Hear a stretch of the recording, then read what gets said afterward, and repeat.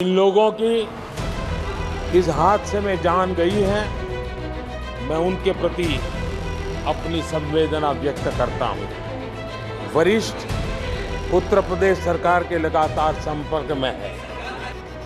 सभी को यह भरोसा देता हूं कि पीड़ितों की हर तरह से मदद की जाएगी।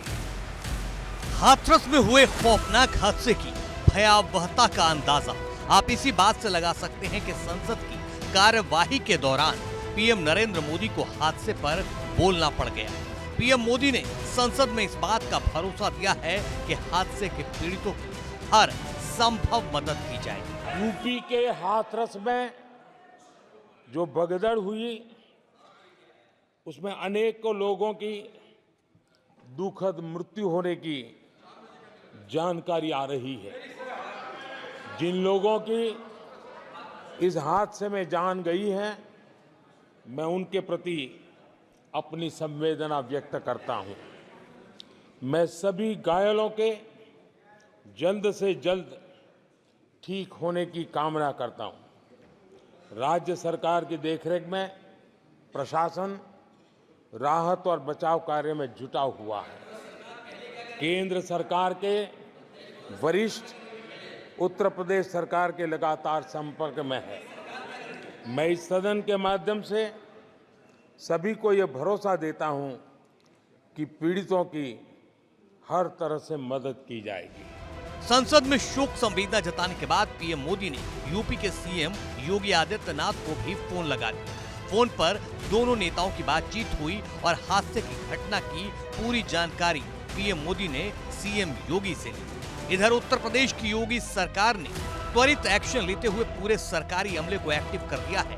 डीएम से लेकर मंत्री तक सभी एक्शन मोड में आ चुके हैं। इसकी परमिशन एसडीएम साहब द्वारा दी गई थी और इसमें एक प्राइवेट आयोजन था जिसमें कि पूरी ड्यूटी कानून व्यवस्था और सुरक्षा के लिए लगाई गई थी और इसमें बाकी व्यवस्था जो अंदर की जानी थी वो स्वयं उनके द्वारा की जानी थी। और इस संबंध में उच्च अधिकारी द्वारा एक उच्च स्तर पर एक जांच कमेटी भी गठित की गई है। हमारा फोकस, जिला प्रशासन का फोकस ये है कि जितने भी घायल हैं और मृतक हैं उनको जो भी शासकीय सहायता है और जो उनको इलाज उपलब्ध कराना है वो तुरंत प्राथमिकता पे कराया जाए। हम लोगों को माननीय मुख्यमंत्री जी द्वारा निर्देश दिया गया है कि एक बड़ी घटना हाथरस में घट गई है और मौके पे हम लोग स्थिति का जायजा लेकर के और सरकार के द्वारा जो भी वहां पे उचित निर्णय लेने हैं उसको उचित निर्णय लिया जाए। और हम लोग, क्योंकि घटना काफी लोग इसमें संख्या अभी तक बढ़ती चली जा रही है लगातार। अब सवाल यह है कि जिस बाबा के सत्संग में इतना बड़ा हादसा हो गया वो आखिर है कौन? उसके कहने पर इतनी बड़ी भीड़ इकट्ठा कैसे हो गई? नारायण साकार विश्व हरि भोले बाबा के सत्संग में हाथरस में बड़ी संख्या में लोगों की मृत्यु हुई है। बाबा नारायण साकार हरि के सत्संग को मानव मंगल मिलन सद्भावना समागम कहा जाता है। साकार हरि को पटियाली वाले बाबा नारायण साकार हरि के नाम से जाना जाता है। बाबा का इतिहास ये बताता है कि इनके सत्संग में हमेशा ही हजारों की तादाद में लोग आते हैं। 2 साल पहले भी जब देश में कोरोना की लहर चल रही थी, उस वक्त उत्तर प्रदेश के फर्रुखाबाद में मई 2022 में सत्संग का आयोजन किया गया। जिला प्रशासन ने सत्संग में केवल 50 लोगों के शामिल होने की इजाजत दी थी, लेकिन कानून की धज्जियां उड़ाते हुए 50,000 से ज्यादा लोग सत्संग में शामिल हुए। यहाँ उमड़ी भीड़ के चलते शहर की यातायात व्यवस्था ध्वस्त हो गई थी। उस वक्त भी जिला प्रशासन ने आयोजकों के खिलाफ रिपोर्ट दर्ज की थी।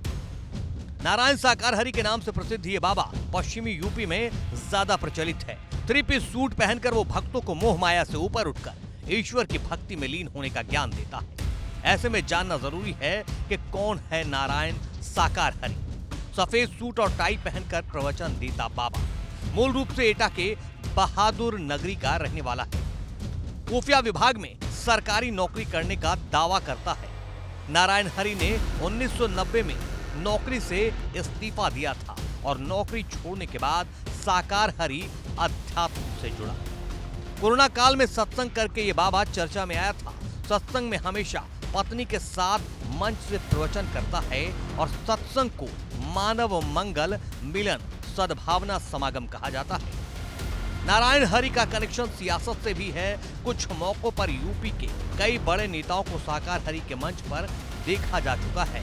इनमें समाजवादी पार्टी के राष्ट्रीय अध्यक्ष अखिलेश यादव का नाम भी शामिल है।